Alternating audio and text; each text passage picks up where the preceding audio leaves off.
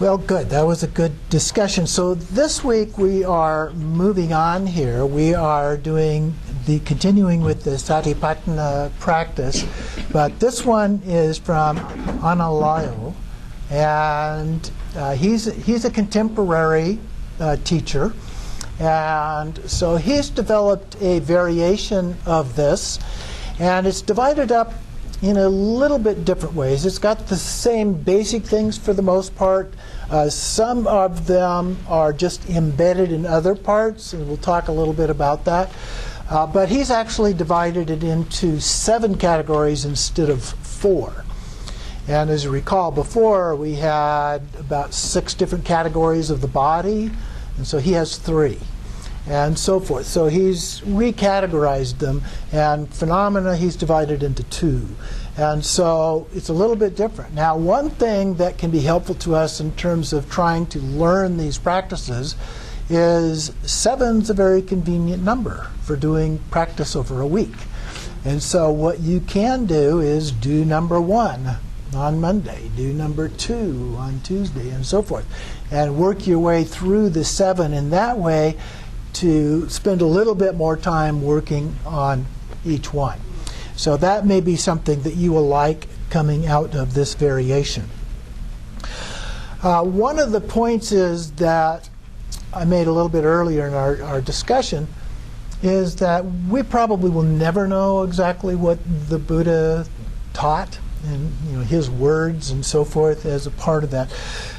But out of that, we have to do the best that we can. And so scholars and teachers are the ones that can help us the best to figure out which things either most likely that is said or that are most helpful in doing our practice, moving ourselves in the direction of the goal that he set for doing this, achieving enlightenment or liberation. And so in this particular case with Analayo, he talks about how it's based on the same sutra, the Satipatthana Sutra, but he was also influenced by some other people, which, interestingly enough, not intentionally, we also will take a look at individually. And so he talked about Buddhadasa, Sayadaw, Goenka, and we'll look at things from each of those as a part of what we're looking at in this course. He also talks about a term he calls embodied mindfulness, and that's part of what I feel is a good term to think about in terms of this or any other practice, that we're really trying to embody it. We're trying to get at a point where it becomes a part of us and the way that we live our lives, our worldview, our way of behaving in the world. And so he divides that concept of embodied mindfulness into 7 categories, which are very similar to those in the original sutra. First one is body, but the first of those, there's 3 parts related to body. So the first one relates to anatomical parts of the body. The second one of the body is the elements, and you recall we looked at the elements previously as well. And the third part of the body is mortality, which we also looked at before. Then he goes into the feelings category, which was a part of the original, mind category, which was part of the original, and then phenomena, but he subdivides that into 2 parts. And so we have hindrances and awakening factors. And then he adds on to that, not really as a separate category, but one that was included and embedded previously, is that idea of dwelling independently without clinging to anything. So there it's like dissolving the contemplation aspect of that and just resting in emptiness. So he also notes that we need to first purify our moral conduct. So that's the ethical part of this. And so ethics are important as a part of this. Even though these are all in the meditation category of the 3 trainings of the mind, the ethics and wisdom are also interrelated. They're not separate categories entirely. So We talked elsewhere about the 5 lay vows and the 10 unwholesome and 10 wholesome actions, and so he mentions those in the context of ethics, and so those are all very important to understand as well. But here, it's not directly included in that, so we're not going to be talking about that here. There are some things that in the original form are not in that list of things that we just talked about in this newer version by Analayo. One of those is the 4 steps of mindfulness of breathing. But it is kind of embedded in here. He does talk a little bit about that in the process of contemplation of the body. And then another one is the contemplation of bodily postures and activities. So those were a couple of things that were in the previous one, and that's not listed here anywhere, but again, it is kind of subtly embedded within this. And then another one is the impermanent nature of the 5 aggregates. And again, there's a place where he kind of embeds that a little bit. So he doesn't throw anything out, but there are pieces of this that kind of get worked into another part of the process. He also recommends adopting open awareness as we do these things, whatever happens, at a sense door. So this would be the application of this in our life. So whenever we sense something, so I see something and I recognize that something. So that's a sense door when that connection happens there.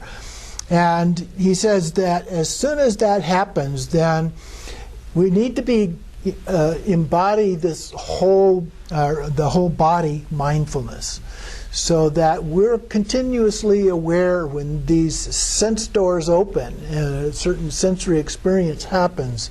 We want to connect with that. And the Buddha talked about this too. We want to connect with this as soon as it happens. That gives us more of an opportunity to respond to it in a meaningful way, or not respond, okay, as the case may be, whatever is appropriate. And so being in that sense of whole body mindfulness all the time can help prepare us for and enable that to happen as we go through that. But these processes, the practices we're talking about now, are what enable us to do that. So that's why those are very important. And then he also talks about a felt sense, that we really get into this. And I think when we talk about embodied mindfulness, that's part of that, is that there's more of a felt sense instead of just a cognitive understanding. Okay? Nothing wrong with the cognitive understanding, but it doesn't really give you the entire picture. And so we need to look at that.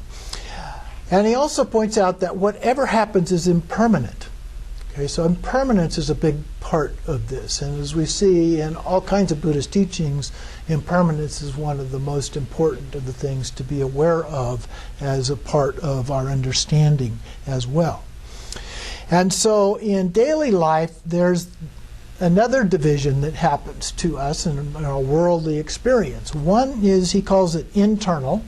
That internal experience is us, our body, the things that are going on in us and so forth. The other's external. That's others. For me, that would be you guys. I would be one of the others for you, and so forth. So we need to be sensitive to that, the self-other division that we often place in our experiences. And so he talks about that a little bit. And then he points out that in sitting meditation, we tend to focus on us. We don't tend to, although there are forms of meditation in which we do, but generally speaking, we don't focus as much on others as we do for ourselves. Although in our tradition, at the end of every practice, we should do a dedication. And that dedication includes for the benefit of all sentient beings. And so that connects us with that altruistic intention as a part of that. But it does shift that focus from just being for ourselves to all sentient beings. So eventually, these things, though, do tend to come back and merge together. And so this embodied mindfulness, anything that happens is included in the concept of embodied mindfulness in that sense. Then he talks about some key aspects. And so there's 4 that he goes through. One of them is diligently contemplate internally and externally. So we don't want to just do one. We want to do both of those, self and other. And then clearly know arising and passing away, which is related to the impermanence concept. Things come, they abide, and they go away. Okay? So being aware of that. And then the third one is to be mindful just for the sake of knowing and mindfulness. So it's very intentional in that regard. It's not just habitual, that just happens to happen because we remember, but we deliberately, intentionally are focused on our mindfulness. And the goal here, through the training aspect, would be to get to where we are in that state all the time, in terms of mindfulness as a practice.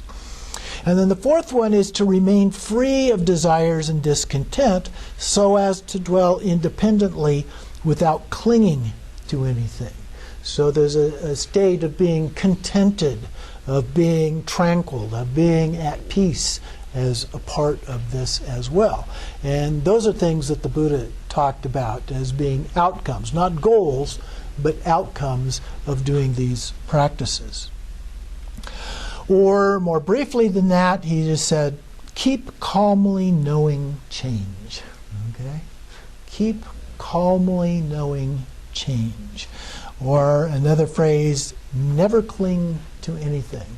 So those are little aphorisms that you can repeat to yourself over and over again to help remind yourself as you go about your daily practices. And then he gives another list of some things that overlap a little bit here. He says to begin with altruistic intent for the benefit of others. So the self-other that's in the previous list is a little more like what I was talking about, that altruistic intent. And then stay in the present moment, fully aware of what is happening right now, being alert and attentive, which is like the fourth one in his previous list. But he also says avoid hyper-attentiveness. You know, he did say in the previous one that you want to be kind of relaxed, and so yeah, you don't want to overdo it. When you do that, then you become so focused on one thing you don't pay attention to anything else that's going on. Not to mention that you can kind of scare people. What is going on here? But just being, what he calls it, openly receptive and a soft alertness. And then he also says in the fourth one here, know the difference between mindfulness, as described previously, and consciousness. Mindfulness versus consciousness. So a continuous knowing, but it's not something that's permanent. Now, depending on which form of consciousness you're talking about, because Buddhism talks about many different types of consciousness, like there's eye consciousness, ear consciousness, and so forth. So we have the 5 sense consciousnesses, and then we have thought consciousness. But there's also other forms, like the Analayo consciousness, the storehouse consciousness, where the karma is said to be stored, for example. So there's these different levels of consciousness. We have to be a little bit clear about that. But given the particular tradition that this is coming from, this most likely refers to the highest level of consciousness as opposed to eye, ear, nose, and so forth as a part of that. So understanding the difference between that. So mindfulness means paying attention to something, but consciousness is a form of just being aware. So sometimes, as I believe I mentioned last week, we differentiate between mindfulness. I use hand puppets, remember the hand puppets, okay? So mindfulness is paying attention to something, any variety of things. So paying attention to that. Consciousness then, in terms of awareness, would be paying attention to whether we're paying attention. Okay? So that is a part of it as well, understanding that there is a difference there between those two. And then the next one is clearly knowing. this includes concepts, but mind is free in the presence of those concepts. Okay, so we're differentiating between the thoughts, the conscious concepts that we talk about when we label something, as opposed to perceiving something initially in and of itself. So I see something out there, and I may not, if you just go about your day, you see all kinds of things that you're not aware of. Okay? So you can think about it that way. But occasionally you perceive that thing. I see this Tonka painting there across the room on the wall. Or I see you, or I see something else. I see these things. When I recognize them, then that's a different mode than just being conscious. Okay? So that's a part of that. He inserts a thing that I included here as a quote that I thought was important. He says, "The distinction between concepts and ultimate realities does not exist in the early Buddhist discourses.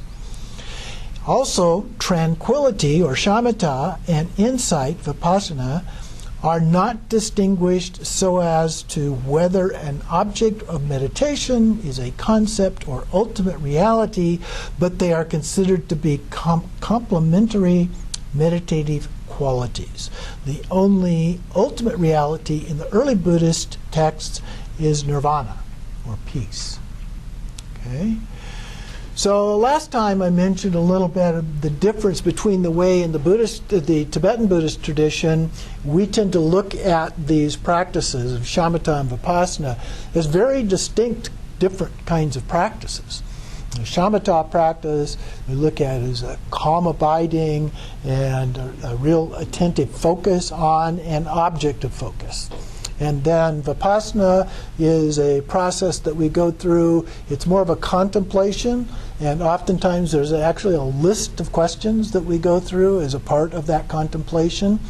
And so when we look at what is being done in some of these other traditions where they're complementing each other and they're kind of woven together, it doesn't look to Tibetan Buddhists like those are shamatha or vipassana at all. So we have a different way of looking at it, a little different way of understanding it. So this quotation here, I think, helps point out that difference. And then the next bullet says, "We be aware of unwholesome and wholesome concepts and thoughts." So as a part of this, we see those words or things related to that, which would relate to the ethics aspect. It's not directly embedded into these practices very much, but there are references to them here and there. And so what he's saying is that's an important part of understanding these. So we need to pay attention to this aspect of wholesome or unwholesome. And then note the difference between actual practice and just thinking about the practice. And that's sometimes pretty easy to fall into, just thinking about the practice instead of actually doing the practice. So there's a little bit of background that he talks about. So then he goes into this whole body mindfulness that we've touched upon, and he describes these as preliminary practices. And so this is where you would actually start in the way that he has this listed here. So he begins then with the mindfulness of bodily postures. And he goes through one of the lists that we saw before, but it was later in the process. Note walking, standing, sitting, lying down, etc. Paying our proprioceptive awareness of where the body is, the position of the body and our movements and so forth. And then a sense of embodied awareness, being grounded in the body, even thinking there is body, which is one of the terms that shows up in the translation from Bhikkhu Bodhi of the original sutra. And then mindfulness of bodily activities, the things that we do. So first one was different positions that we're in, and then the next one are actions, activities of the body. So moving forward, returning, looking ahead, looking away. Again, this list came from what we looked at before, but he's organized them in a little bit different way. A way that I would say is a little more rational and easier in terms of a practice. It's not so much a piecemeal connection of these parts. And then maintained mindfulness present in the background after the direct experience. So first of all, we're mindful intentionally of something, but we never really let go of that. We remain mindful, but it's like we talk about in Dzogchen, where we have Rigpa, and the Rigpa, or pure awareness, is the main focus. But then there's other things going on too, like the sun and the rays of the sun. But sometimes we look at it this way, foreground, background. And so Rigpa is ideally in the foreground, anything else going on is kind of in the background. But sometimes in our daily life, that has to switch. We're having a conversation with someone, we have to pay attention to what the person is saying in order to respond to them. And it's difficult to keep both of those and keep that in the background when you're doing it. So we let that come to the foreground, but the challenging part is to keep Rigpa in the background, not let go of it. So that's a little bit of what he's talking about here as well, as a part of this, of keeping mindfulness present in the background. So the direct experience we have, we're mindful of that, but we don't let go of it completely when we go about doing other things. And he says, approach it in with a relaxed inner smile. Okay? I think that's a good source of guidelines. Don't get too serious about all of this, okay? A relaxed inner smile. And then take a conscious breath before writing or talking. That's a good thing to do. Before you answer the telephone, take a nice deep breath. Someone comes into the room to talk to you, take a nice deep breath, and so forth. And then intention is a key factor to successful practice. So it's very important in the beginning that you set up your intention. In our practices in the Innate Happiness book and the classes that we do on that, every one of them begins with setting your intention. Okay? So that is very important. And then balance mindfulness. Present moment, the mind, the circumstances. All of those things are elements of what's going on. So don't just focus on the one piece of it. Keep the context in mind. And then return to a sense of whole body presence continuously. So his idea is that we set our intention, we do these practices very alert, very attentive to something, but then we're going to back off from that and let it settle into this whole body awareness, which is both internal and external. So keeping mindfulness about everything that is going on, being intentional about that. So then the actual practices, and these look fairly similar, so we'll go through these a little bit more quickly here. So the first Satipatthana talks about the body, and like we mentioned just a bit ago, that he divides these into 3 parts. And so the first one of these, so number 1 of his 7, is anatomical parts. And he says that we need to be non-attached and consider the deconstruction of unrealistic ideals of beauty and sexual attractiveness. So we let those concepts that sometimes affect our view of anatomical parts, and so we just let go of that and try to see it as it is a term we use a lot in Dzogchen. Just as it is, without judging, without labeling or anything else. Just see it as it is. And so then he goes through the list. Here starts with skin. And another piece that he adds to this, which comes from some of those other people that he was influenced by, so we'll see this again later, is a body scan. And so we do these in a series of body scans, starting from the head down to the feet. And so we do this for the skin, from the head to the feet. And he says even touch your skin as a part of that. It adds to the sensitivity as you go through that. Or just a sense of knowing. And the second one is flesh, the muscles, tendons, and so forth. And now we reverse the process. We go from the feet to the head. So it need not be a long process in doing this, but we just do them in sequence. Then the bones and the teeth, more solid pieces. So again, we're at the head, so we go from head down to the feet, all the bones. And then we develop a general sense of the whole body and our relationship toward the body. So how do we feel about it? How do we think about the body and so forth? Is it, for example, pure, impure, dirty, clean, beautiful, not, attachment, aversion? And then he adds, it is just skin, flesh, and bones. So no evaluation, no judgment. All of those pairs there were judgments. Okay, so let go of the judgments. And then continue until you arrive at an attitude free from sensual desire or aversion. So that neutral sense, no attachment, no aversion. Then conclude with open awareness of the present moment, impermanence, change, general principles there, and then distractions. And whenever the distractions happen, then we return to this open sense of awareness. So adjust it as you need to, and then in daily life, apply this to bodies, our own body, as well as other people's bodies. Look at those bodies just with as it is view as a part of that. And then we go to the elements. So this would be number 2 in part of the body, which is number 2 in the list of 7 here. So the elements, earth, fire, water, wind, and he adds space here, which is not in the original list. And he talks about being empty of a self, no self-existence.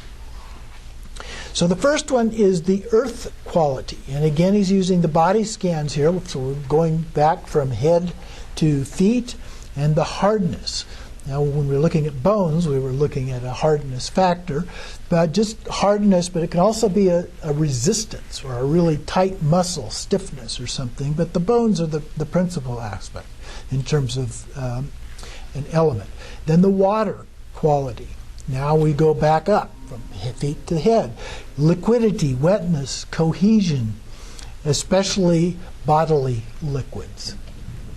And then the next one is the fire quality. Now we're going back head to feet. Warmth, coldness, especially in the skin. The skin is the most sensitive in terms of that, unless we have a fever, perhaps. And then the wind element. Again, we go now from back up, from feet to head. Motion, our movements, vibrations, oscillations, but especially breathing. Then we add this new element, the space element, being aware of the present moment with a sense of non-attachment, and then letting go of or being free from the body as mine. Okay? It's just the body, not mine. Your body is not you, those kind of things. And then contemplating while engaged in activities, so walking. And, without thinking about you as a walker per se, you're just walking and noting those body movements and so forth, and the elements associated with those things going on, and that we are interconnected and impermanent. Okay? As we walk through the environment, we go for a walk, we might think about, well, we're interconnected with the neighbor walking down the street, walking the dog, those kind of things. But we're also interconnected with the clouds and the sky and the sun and the temperature outside and the wind outside and all these other things going on. So there's lots of things that we can think about with that. So he says, continue contemplating the elements externally related to the body. Touch, temperature, wind and air, inside and outside, interdependence, and so forth. It could also take us to the four immeasurables as a part of this, something that we often think of as being a Mahayana practice, but it's embedded in the Pali Canons, where it comes from. So the four immeasurables, the Buddha talked about them: love, compassion, joy, or sometimes sympathetic joy, and equanimity for all beings. And then being free from either attachment or aversion, the middle way. Letting go of the others, just rest in that middle way.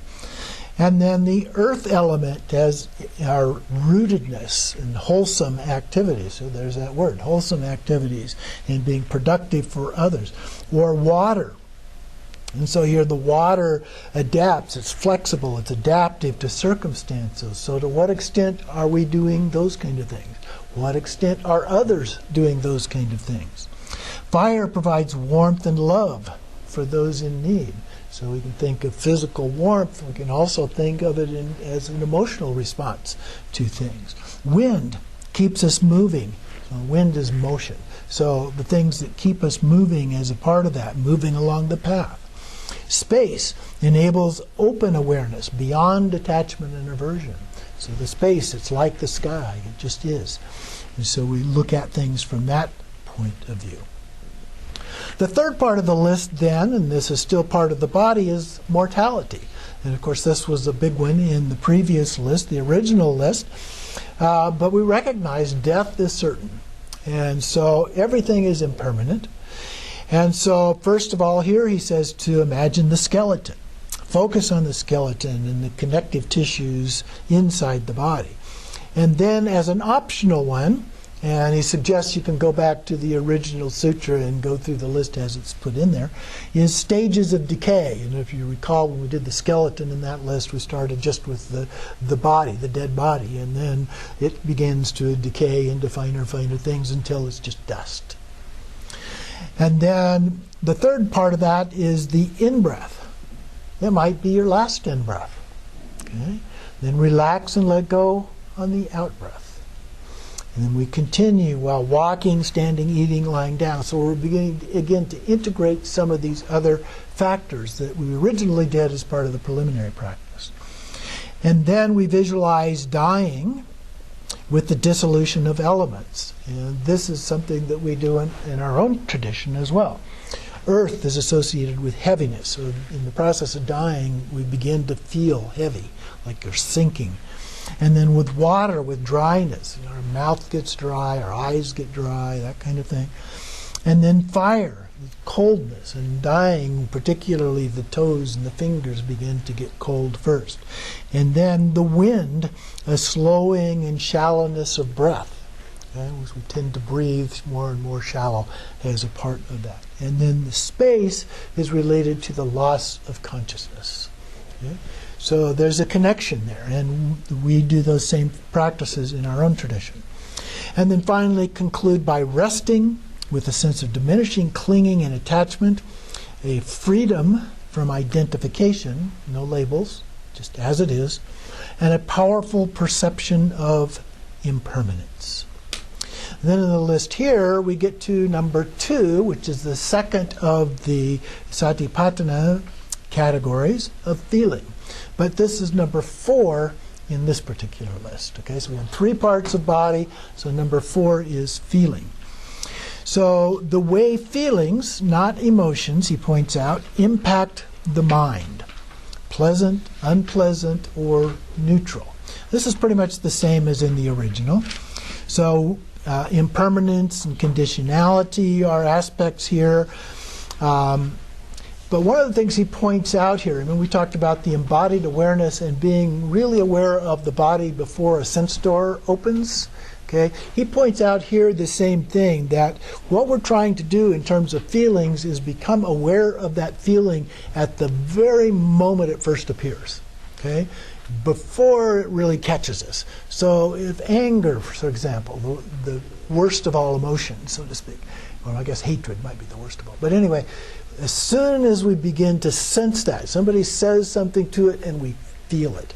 So as soon as we feel that, we need to recognize that's what's going on. That's when we can take control over that and let go, or at least reduce our response to that. So the first stage here that he talks about is pleasant feelings, okay, in terms of the category of feelings generally. Pleasant feelings lead to desire and clinging. Those are things that we like, that we want. So desire and clinging. So again, we do the body scan, head to feet, for pleasant feelings. What kind of pleasant feelings are going on? Things that we like. And then we reverse it. We go from feet to head for unpleasant feelings.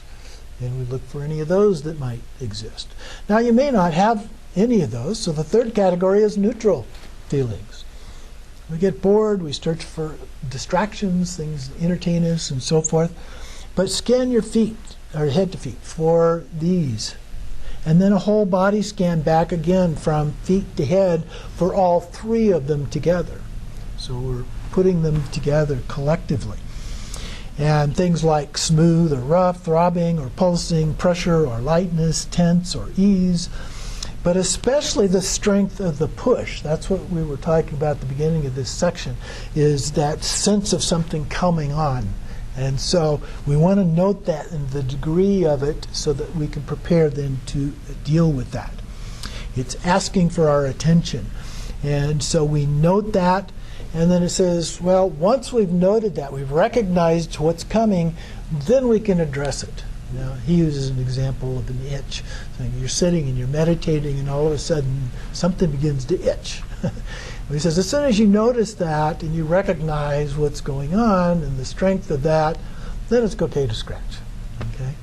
But until you recognize it, you don't want to just mindlessly scratch something that's itching. You want to recognize it, and then you can go ahead and scratch it in this particular approach. Then we examine other senses for feeling experiences, so eyes, ears, nose, and so forth, any of those, and then contemplate any unpleasant sensations in terms of the elements. So he's embodying or including a number of these other categories in each of these as we go through.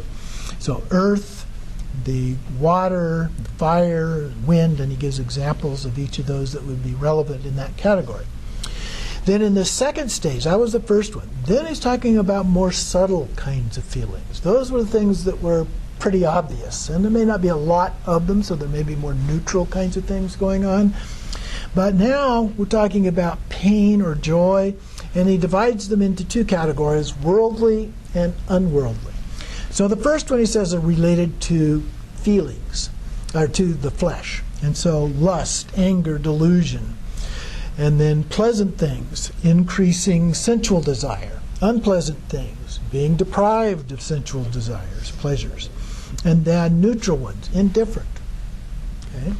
Then worldly feelings that are not related to the flesh. Joy and happiness of deep concentration. Okay? And that joyful feeling that we sometimes get, or a pleasant happiness that we sometimes get from meditation. Or just the feeling of being liberated, being free. And then being free from lust or anger or delusion. And pleasant feelings like a decrease in sensual desire. An unpleasant feeling like frustration or anxiety of not yet attaining liberation. Or failing to live up to our own standards. Or the neutral feelings of meditation or equanimity. So he gives some examples which can be very helpful to give us ideas as we move through these. And then finally, feel impermanence.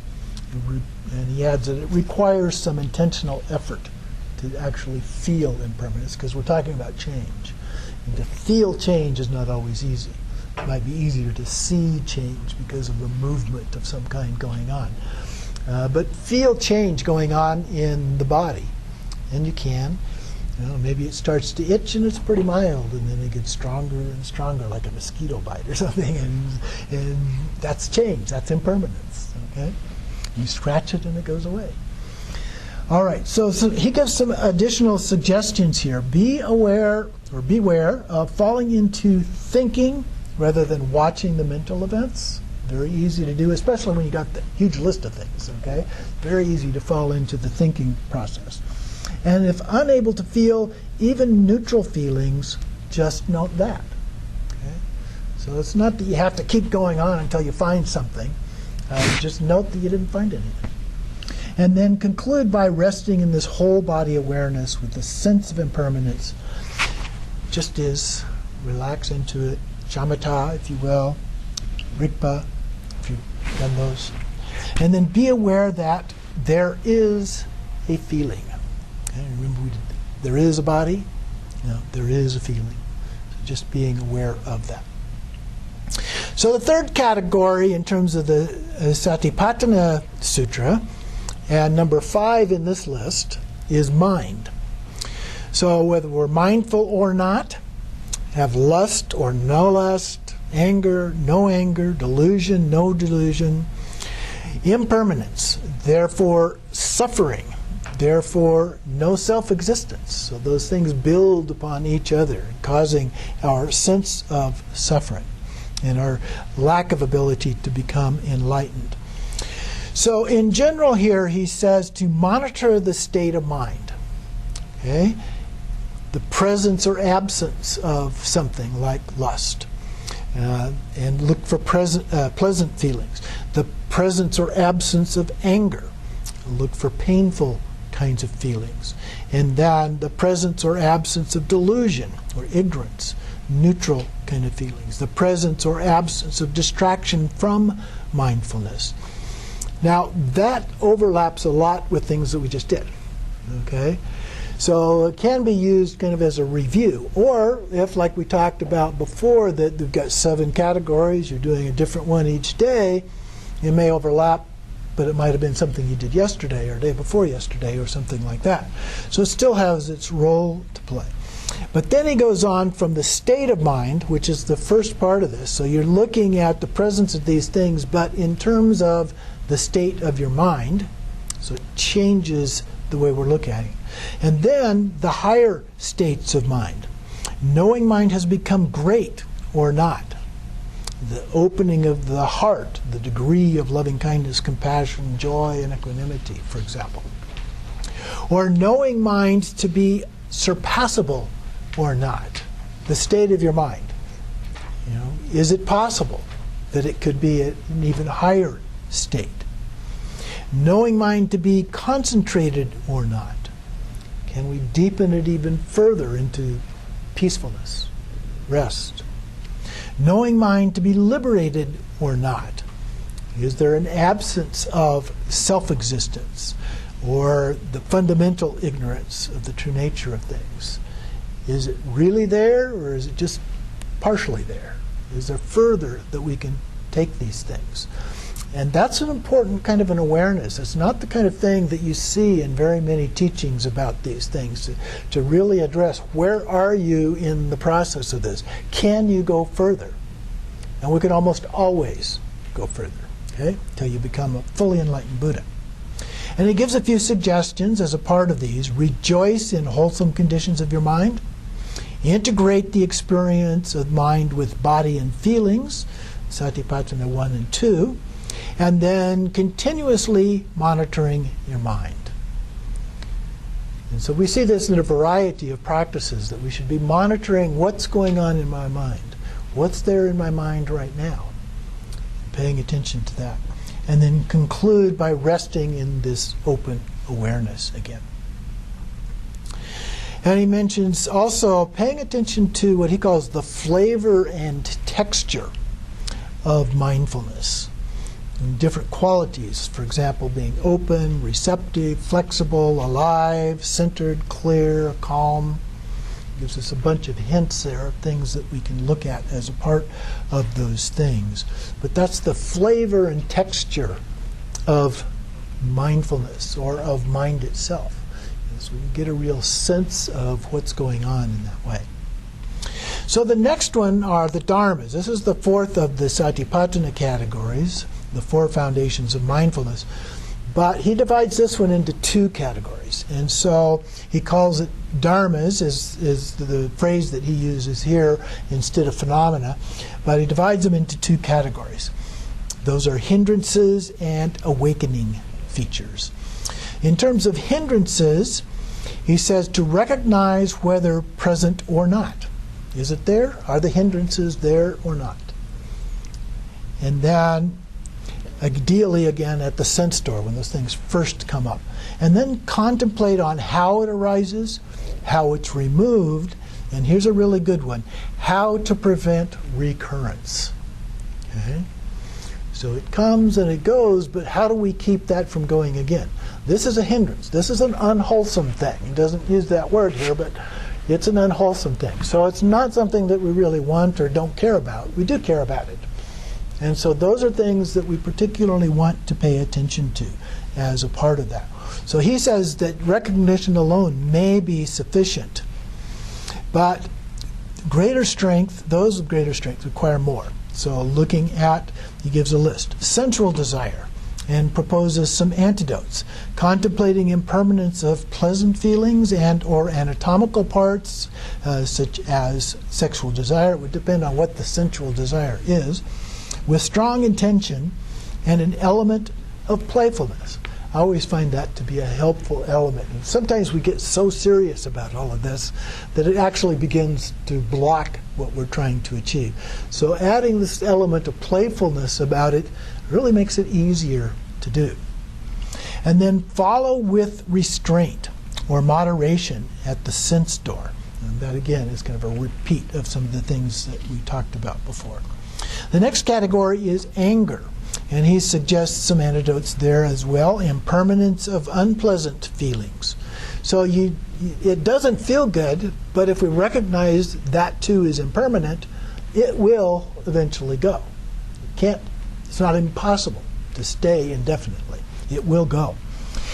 So, or change in some way. So, no self-existence and loving kindness meditation. So those are a couple of other ones there.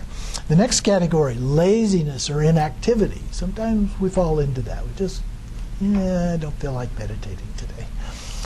Sloth or torpor, the terms that are often used. Sluggishness, boredom. He added body or mind in here. So the sluggishness and boredom can be physical, the body. It could also be the mind as a part of that. Avoidance, having an attitude. Some antidotes. The joy of the present moment, just embodying that. Inhalation as the last breath. Think about that, what it would feel like. Recollecting and inspiring teaching. Recalling something that you heard that really touched yourself. And then more mental clarity, kind of an alertness. The fourth category here, restlessness and worry. Some antidotes for those. Joy of the present moment, relaxing and letting go on the exhalation. So as you breathe out, just let it go. Okay? Another one that's a little bit like that I like to do when I go into meditation and I'm getting too many things popping up, and just relaxing the brain. And you can feel it. Well, you don't actually feel it. What you're feeling are the muscles on the outside of the skull, but it feels like you're just relaxing your brain physically. And that can be very helpful. And it's just magical how everything else kind of goes with it. Whole body awareness, that we talked about it. Contentment, not too tight or too loose. And the sitar, tightening, loosening the strings. Setting aside something for after practice. So if something comes up that's causing you problems, just push it aside. I'll deal with it afterwards. And then the fifth one he adds is doubt, and some antidotes, investigating it. Where's this coming from? What is causing this doubt? Setting aside for after practice, asking for help, or doing it yourself, just trusting yourself to deal with it. But you can also, if you have some doubt, you can also talk to your Lama. Distinguish between wholesome and skillful versus unwholesome and unskillful. Making sure that that's real clear. What is skillful? What is unskillful? What are the things that get in the way? What are the things that help? And then practicing patience and understanding. Examining your own abilities. Trying another practice. So if one's practice isn't working, look at another one. Don't get too frustrated with one. And then do some walking meditation. Walking meditation was one of the things I used to do very early on. Don't do nearly as much now, but still do sometimes. When I was learning to meditate, shamatha meditation, and my mind was just going all over the place. If I got up and just walked around my apartment very slowly, the touch of the foot, the heel and the ball of the foot and the next foot, and just to focus on that, all of the other kinds of things went away. So that can be very helpful at times as well. And then conclude again with this resting open awareness. And then number 7, the last one in his list here, is awakening factor. So part of the dharmas as he's presenting it here. Recognizing, is it there or not? And then how it arises, and then how it is perfected. In other words, the presence of these 7 awakening factors testifies to our capacity to awaken, even if we are currently weak. So we're trying to learn about these. So here are the 7. The first one is mindfulness. This is the foundation based on our memory, our interests, receptivity, avoiding minor details and associations, having unbiased observation, the flavor, we talked about flavor and texture a minute ago, of being soft, awake, and present. He even gives us some initials to work on that, SAP, soft, awake, present. And then investigation is the second mindfulness factor. We have to look into these things a little bit. Having a keen interest or inquisitiveness, a wish to follow up and understand, a knowing the condition of your mind, a meta-awareness, which is awareness of awareness, and one of the things that we talk about in more advanced practices as well. And then the third one is energy, patience and persistence. Those are the two words I use more than any others in helping people with their initial level of meditation practice. It takes patience, but it also takes persistence. Stay with it. Active and continuous engagement, being unshaken. And then joy. Here he talks about subtle joy of being in the present moment. Unworldly joy, what I would call transcendent joy. We talk about the prajnaparamita, the transcendent wisdom, but here it's transcendent joy that's kind of elevated beyond ordinary forms of joy. Rejoicing in the absence of hindrances. Wow, I didn't have any hindrances today. How wonderful. And then ongoing intention toward enlightenment, benefiting all beings. Then tranquility is number 5. That calmness of body and mind, being at ease, leads to ultimate lasting happiness, eudaimonia, that innate happiness that we embody. And then number 6 is concentration. He refers to bringing things together, that collectedness, the unified serenity, the 4 absorptions, those would be the 4 formless absorptions, that arise as a part of the Noble Eightfold Path, approached with an analytical attitude. Now these things, other than the Eightfold Noble Path, which did not precede the Buddha, he points out that these other ideas of these absorptions preceded the Buddha. Although different discourses vary in terms of the meaning of that term.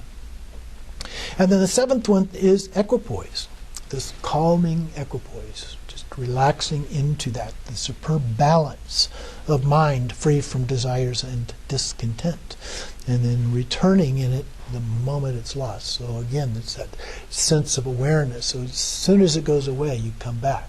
You know, it's like you're starting to get drowsy during meditation. Wake back up again. So you want to be aware all the time. And again, he gives a few helpful suggestions. It may be practiced sequentially, as we mentioned before, one at a time, including study and contemplation. Or he says you can also put it into 3 groups, which he gives some clusters here, so you can put them together. So the first one is by itself, then 2nd through 4th as a second group, and then 5 through 7 as a group. These are the 7 factors that we're talking about, not the 7 in his list that we're talking about. So can also be applied to external situations, to others. So you can divide it between internal and external as a part of that. So look at how these factors relate to others. And then he gives some helpful suggestions. Oops, we're in that. Second one of the suggestions is progression of insight through seclusion. Seclusion from hindrances, distractions, and so forth. Dispassion, the fading away of craving and attachments. Cessation, the ending of suffering. Letting go, the discernment of true nature of existence and able to be at peace. There should be small but noticeable changes for the better in our personal well-being and in how we relate to others. Now, we can note those things to some extent, but actually other people are better at that than we are. We tend to note how people relate to other people better than we note how we relate to other people. We're biased, okay? So we need to be a little bit careful about how we judge that, but we can use that as a tool. And then finally, again, conclude by resting in this state of openness. And then he talks uses the phrase dwelling independently, not clinging to anything. So we're independent of things as a part of that as we go about our practice. Now, we're going to take a little break, but before we do, I wanted to add one little thing here for you. Cheryl found a website that has guided meditations on these. And so if you want to write this down, the whole set, because it's broken into parts for each of these pieces, the whole set takes 2 hours and 41 minutes. So it's a little bit on the long side, but it could be done, depending on how much time you have. Or you could listen, because there are actual separate recordings for each of the pieces. So you could do it piece by piece as well. So it's at Windhorse Publications, one word, windhorsepublications.com. And then / Satipatthana, SATIPATTHANA hyphen meditation hyphen audio. So once again, that's windhorsepublications.com, Satipatthana meditation audio. And so that will take you to a place where you can click on it and you can download it and then listen to each of those. So I haven't... Dashes or slashes? I said dashes. Yeah, and you talk about the Satipatthana meditation audio? That's the forms. Those are dashes. For all dashes? Okay? Oh. Yeah. The only slash comes after .com. Yeah, after that. Yeah, the others are dashes. Okay. Do we know who sponsors this? Well, it's Windhorse Publications, which is the publisher for his book. Oh, Okay, so it's related to his book. and I believe it's him. Okay, so we're going to take a little break here.